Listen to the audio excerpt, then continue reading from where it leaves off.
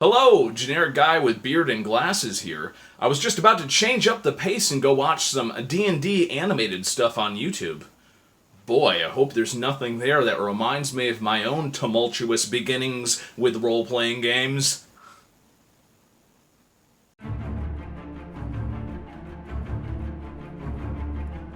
Even if I disagreed with him, if the DM didn't want me to change, I shouldn't have tried to force his hand by being suicidal. I still want to play with the group, and it's not my game. It's their game, and it's not my place to try and sabotage it. Anyway, that's my... Stop it! Just stop it! So I don't want to talk about that specific example. If you go to that video, there's going to be like a million comments talking about how the DM in that case kind of screwed up and how, there's no need, especially because I believe that was a 5e game. There is no reason to make somebody be a healer. There's no need for a healer in a game like that. What happened is that he played a character he didn't want to play, and his DM and fellow players didn't let him switch his character, which is bad, and it really reminded me of my own tumultuous beginnings with role-playing games, because I had a situation where I had that same attitude, where I was thinking to myself, this isn't my game, this is supposed to be a collaborative thing, so even though a bunch of stuff doesn't seem right, I'm just going to be quiet.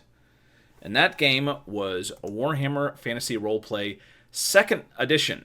So I start the game, and the GM has me roll for a character. The character was a homebrewed race, a half-ogre. And right away, even when we first started playing, I started realizing that things didn't seem right. And let me assure you, I'm sure there's going to be a lot of people out there that are going to start watching this video and say, oh, well, Warhammer Fantasy roleplay characters are supposed to be weak, and you don't know what you're talking about. I know what I'm talking about here. Yes, I understand, the basic idea of Warhammer Fantasy roleplay. Please watch this clip. So let me tell you something, guys. When I say, I understand what I'm talking about, it's because I understand what the hell I'm talking about. Look, I own all the Warhammer Fantasy 2nd Edition books, except for one. And I own that in digital edition, because I'm too poor. It took me 10 years to collect all these. I know everything that's in all these goddamn books. I know it, okay? I'm not stupid. I know what I'm talking about in this case. It's one of the few things I'm a goddamn expert on. Yeah, you can't argue with logic like that. So yes, I understand the basics of the game, and even back then, before I bought all the books and knew everything, when I was first starting out my first game, I realized there was something really wrong with my character. Everyone else had these cool little attributes, and they were able to do cool stuff, and it seemed like they had a purpose within the game, and my character basically sucked at everything. The only thing that he had was a slightly high toughness score, and basically, if I had rolled a dwarven character and rolled well, I would have had the same score. It just one good attribute does not void out the fact that I had no other good attributes and no other cool skills or attributes or anything. It was just my character was basically useless except for standing there getting hit by stuff, and it's just not fun, and I wasn't having any fun. But I had this attitude where it's I have to put the game before myself, and I have to do the right thing and make sure that I don't ruin anybody else's game with my complaining. So I wasted 2 years playing that game. 2 years of real life of wasting my time in that game. And the number one thing that I found out is that this GM had absolutely no plan on how to end this game. There was nothing. There was just kind of a location we were in, and bad things kept on happening, and there was no end game in sight, period. This was an endless game. And I didn't know it then, but it just had all the hallmarks of a lazy, bad GM/DM. It was awful, and I shouldn't have wasted my time. but I had this weird attitude of, well, even though I'm not having a good time, everyone else seems to be having a good time. I didn't know it back then, but my time was valuable. I could have been doing so many other things that could have been like enriching in my life and stuff. If you as a player, like role-playing games, you invest a lot of time into them. A lot of time. So I found out later that, again, the GM did absolutely no work for this homebrew class. To this day, if you Google Warhammer Fantasy Roleplay characters or anything like that, you will probably come up with this, which is an unofficial addition to the game, and it's written by Andrew Law. Yeah, the award-winning game designer, Andrew Law. And there's a lot of stuff in here that actually makes creating an ogre character like really fun and useful in the game. And the GM who had me waste all these years playing this completely underpowered, pathetic character never did a Google search. He never did one Google search to find out more about creating if somebody else had maybe worked on this. And if he had implemented any of the rules in this unofficial little thing by Andrew Law, my game would have been so much better. But he never did, because he didn't care, because he was bad at his job.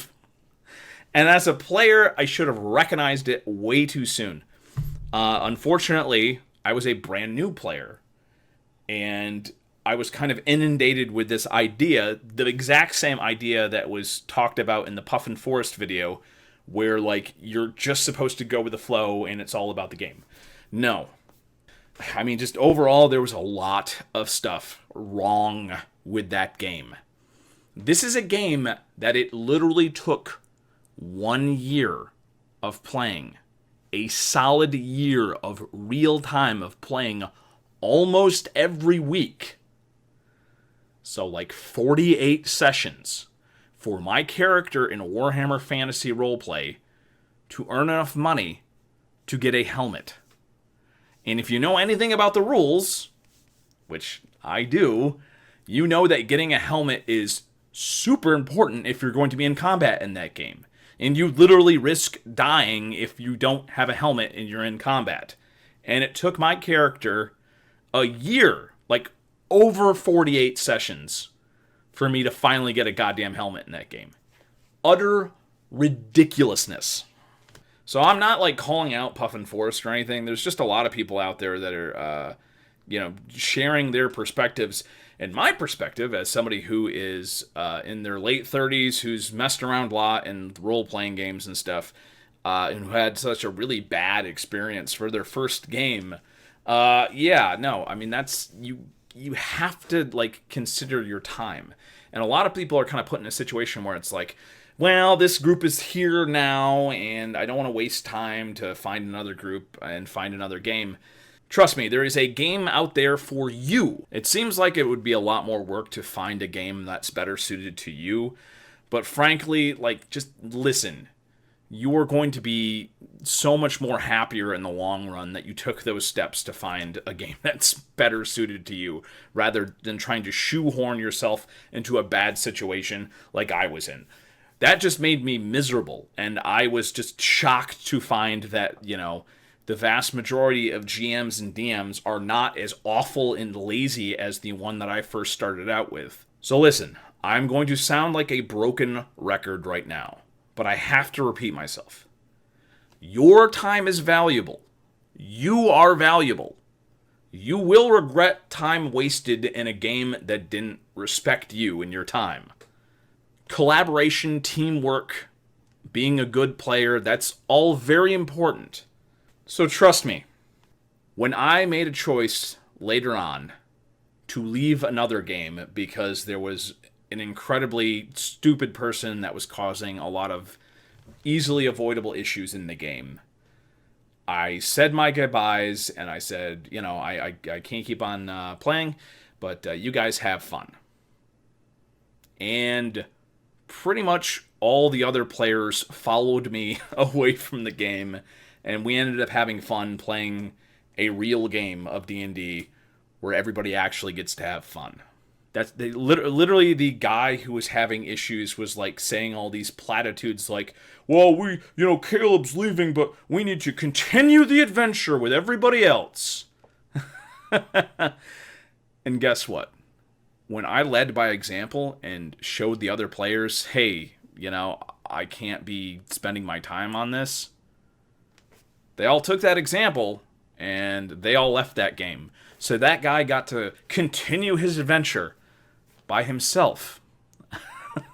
and I didn't regret that at all. And I believe everyone else is now playing in their own games and stuff. And I don't think they regretted leaving that table too. But,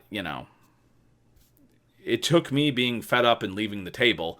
And that's a really hard decision, but it's a decision that you need to make. And if I had a time machine, I would 100%, after I solved a lot of other world problems, I would 100% go back to me when I was first starting this and just say, hey, this is not worth your time. You're having a bad time in your life right now, so you think this is good enough, and you could be doing much, much better. And I will say that to everyone else out there too. Even though you think this is good enough, sometimes you have to say, good enough is good enough. But you know in your heart if you deserve better. And I know a lot of people out there deserve better. Have self-respect, everybody. Don't put up with nonsense.